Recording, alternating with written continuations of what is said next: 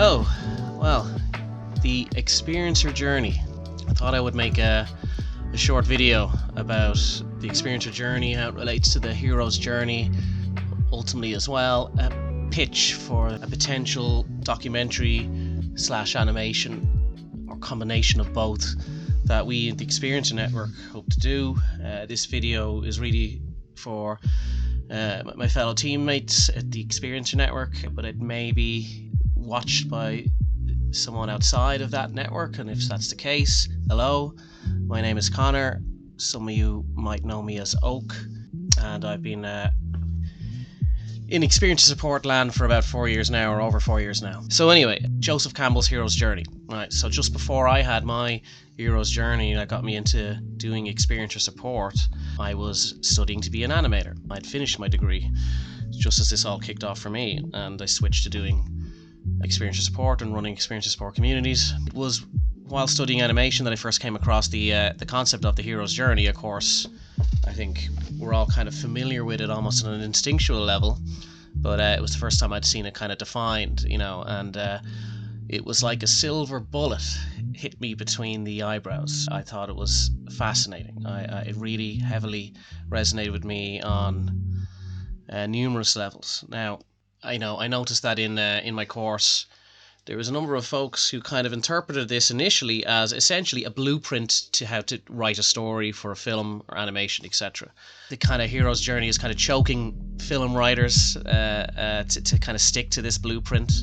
I remember trying to hammer home the point to some of my classmates at the time that it's not, Joseph Campbell wasn't trying to write a blueprint of, oh hey, here's all our stories and they seem to follow this blueprint, so one should write a story with this blueprint in order for it to resonate with people. This was bigger than that. This was about the human experience, the individual person's journey through life, how we process that journey, how we give that journey meaning, from the micro to the macro, to the everyday experience, to our larger life's path, the universal process of change that we all go through. This was based on basically the human psychology and how we operate throughout the world. This is why stories told following that framework resonate with us as well. But there's something much larger at play here, something deep, something very, very deep into the soul, It burned into me, I'll just say that, right? So then launched into the Experiencer support world via my own experiences, and I dealt with some difficult things with this, where indeed it was the case that whatever intelligence was engaging with me was utilizing the hero's journey. That was a lot at the time for me. There's a massive amount of ontological shock and awe. There was actual intelligences out there that could engage with people. There was an intelligence out there that was engaging with me, and it was often utilizing the mechanics that were on display throughout the hero's journey, which was supposed to be used as a way to describe the human experience through the framework of storytelling and so on and so forth. And yeah, here we are, and here I was having a real experience with this. This wasn't supposed to be real, that real. This wasn't supposed to be how reality worked. It was difficult. It was difficult to take on. There were days I struggled very strongly with it. It was quite reality breaking, and there was days where it was quite exhilarating and empowering, and it was a relief to know this. And I would flip flop between that. Like, my God, it's real.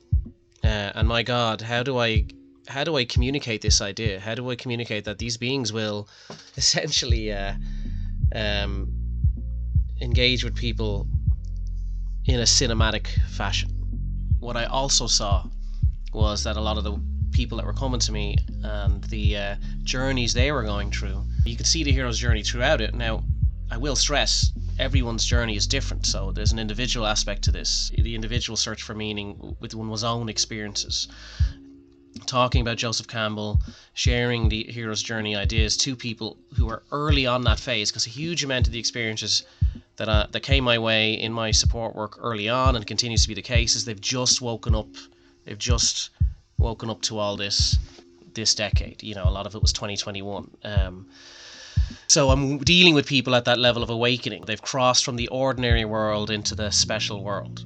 Communicating the journey using the Joseph Campbell's hero's journey as a framework to them, I felt that people got a lot of healing for that, and that really helped some folks that I was dealing with earlier on. So often I would talk about the hero's journey on my support calls with folks I was meeting. So what I'm going to try and communicate here is the experiencer journey process, which again, different for everybody, but there's a particular type of experiencer journey that keeps coming up often and again, and it is one where people have woken up within this decade. People are starting off in the ordinary world. They don't know any of this is real. They don't know any of the experiencer phenomenon being real. It is a wishy-washy out there idea. This is the everyday materialist world. Our consciousness is generated by neurons in the brain. There's no such thing as any kind of intelligence engaging with people. It's superstition. It's people with mental health issues. It's religious beliefs. And something happens for them at some stage where they start what I would have often call kind of the seeker's journey, the call to adventure, meaning something happens that just gives them permission to start diving into this stuff, and they just feel called to just consume information on everything. This means something. It's important. You could initially have a catalyst that is a New York Times 2017 article, or a documentary on the afterlife, or a UAP report is being released by the US government. A 60-minute episode on the Tic Tac is happening on 60 Minutes, I should say. Things that suddenly give people what I've often said is intellectual permission to suddenly take this topic seriously, because there's a barrier there for many where they may have been burning with curiosity related to this for a lot of their life, but they didn't give themselves permission to really dive into it because of the stigma. But people go through moments of life where they suddenly are given permission. One of these events happens, it suddenly gives them intellectual permission to just go, there might be really something to this, and I'm not a fool for taking it seriously. And the second they cross that mode, the call to adventure, I guess, begins. I'm going on an adventure! And they can't stop themselves. It's kind of a burning, intense search for answers. They know something is wrong with the world, and they know there's answers out there somewhere. They deep dive on NDEs. They consume thousands of hours of NHI interactions across the board, from cliche abduction encounter style stuff to visitation stuff to DMT machine elf type encounters to Kundalini awakenings to the spirits people talk to on ayahuasca ceremonies to channeling, mediumship, psi, and they eventually realize there really is something to this and it's consciousness and so on and so forth. It's true. All of it. It's all true.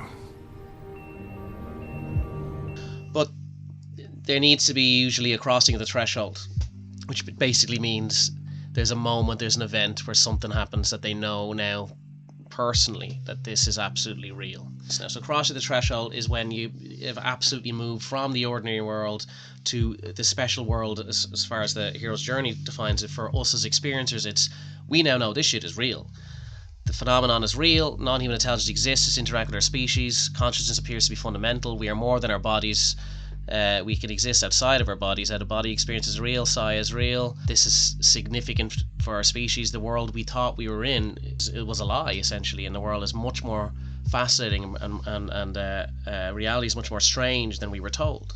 So we're in a new world now, and you can never go back from that, and that's Joseph Campbell has that as well in the hero's journey. When you pass that crossing of the threshold, there is no going back. You're in the special world. Doesn't matter what happens then, you're never going to unlearn what you've learned. Once you've been given direct proof that this is real via some sort of personal experience, you can't go back.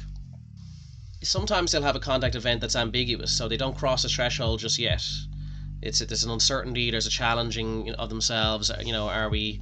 Is this real? Am I losing myself? Am I just living out a fantasy? Am I tricking myself into thinking this is real? Am I kidding myself? Do I just want to believe too much? But for many experiencers, there's a very blunt event. Whether it's an NDE, a precognitive event, many times often some sort of very dramatic encounter with a non-human intelligence of some kind or craft, that it removes all doubt. The entity side of this is something when we talk about in terms of a documentary / animation, the entity interaction on people's journeys and how those entities interface with people. and the variations there, but yet the similar mechanisms at play is what really fascinates me about this too. So there's a term in a religious context called theophany. It's essentially a deity physically manifests in some shape or form. It's tangible. That triggers spiritually transformative experiences, a crossing of the threshold. And so, I mean, this comes up. I like that, to explore that idea. The spiritual journey is very much a part of this. Oh, fuck, oh, mother of Jesus. Oh, stranger. How are you, Francie?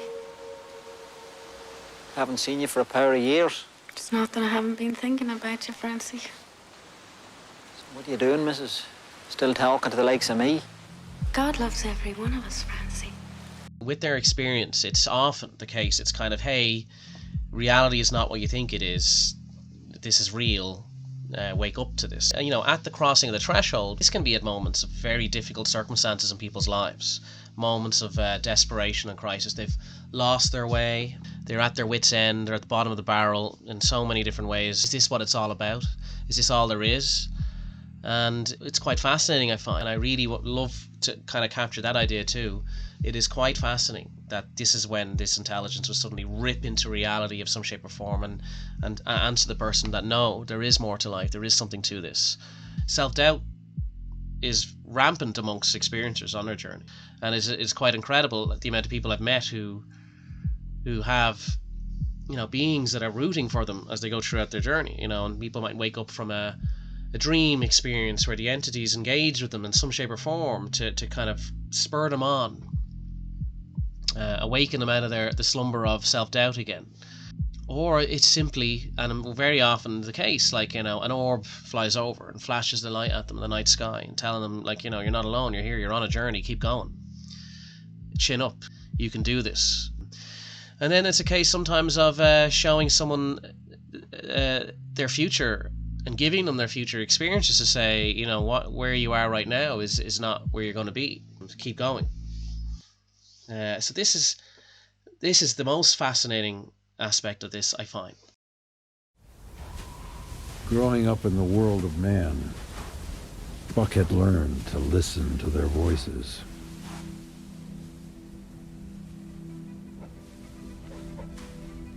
Tonight, he would begin to hear his own.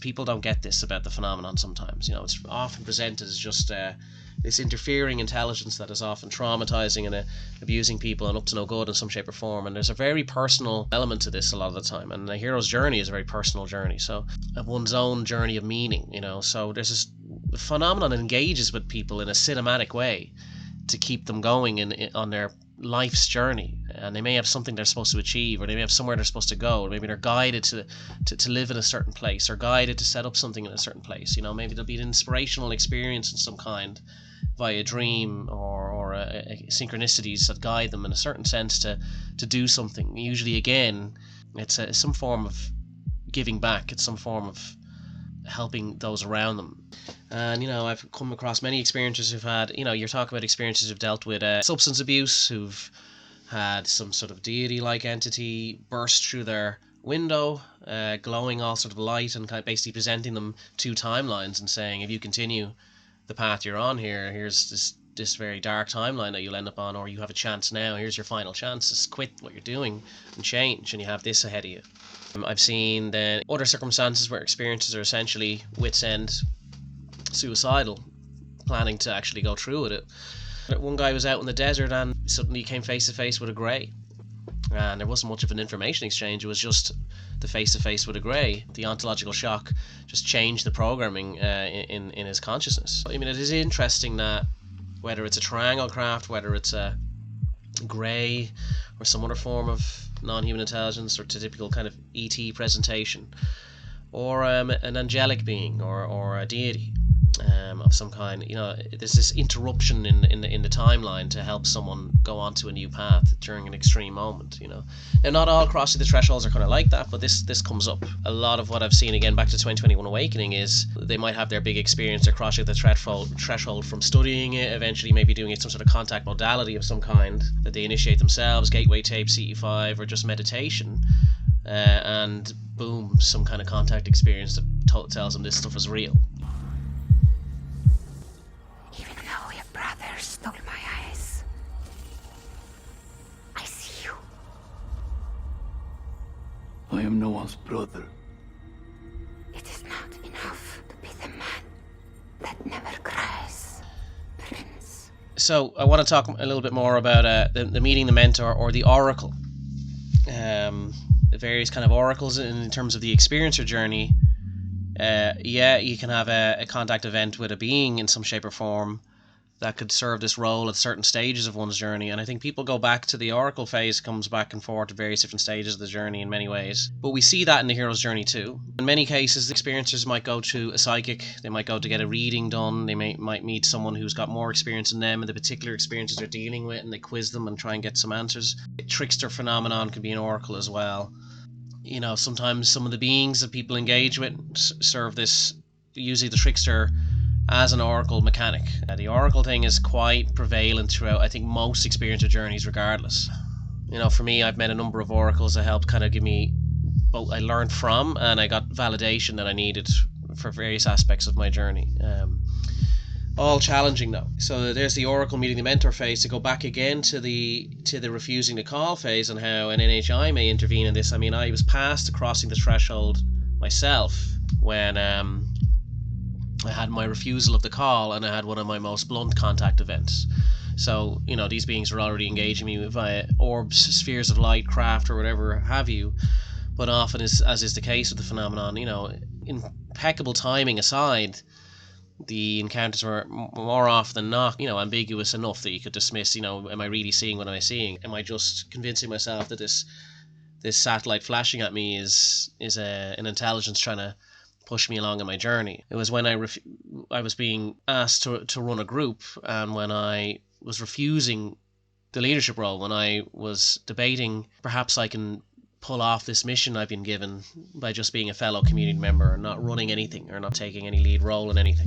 I was very scared of the responsibilities that would come with that, and the potential fallouts that would come with that, and the stressors that would come with that, my fear of inability that would come with that. So I refused the call, you know, and that's when they gave me a very, very blunt contact by flying a yoga ball sized sphere of plasma right over my head on the day I was being asked to take over a mod role, and was refusing, and that led me to accepting, but also absolutely solidified my crossing of the threshold. Seeker's journey, then they wake up, cross the threshold, deal with the phenomenon, all the challenges within the experiencer journey, but then take everything they've learned and all the challenges they learned to go on to somehow help others in some way, is often the process in this, I find.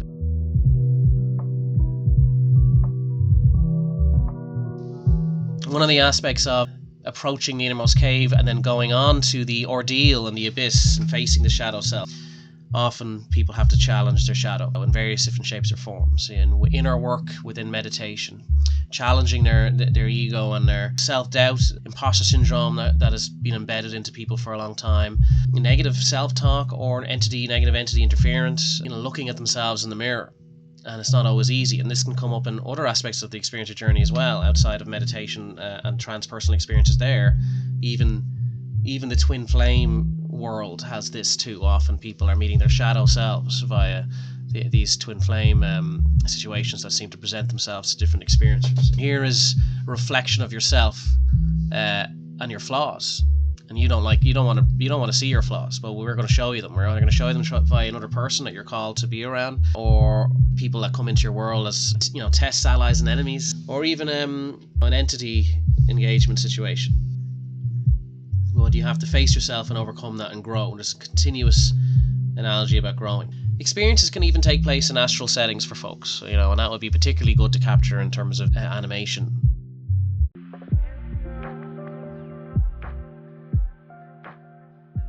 you go through the challenges of being an experiencer, and then you eventually get to the refusal of the return. And I mean, this idea comes up all the time, where people are full-blown neck deep into the phenomenon, and they don't want to go back to the everyday life of things. They think, maybe this is going to lead to the world entirely changing around me, a shift, an ascension, or beings are going to land and take me away. I'm in a new world and permanently, and I don't have to go back to this.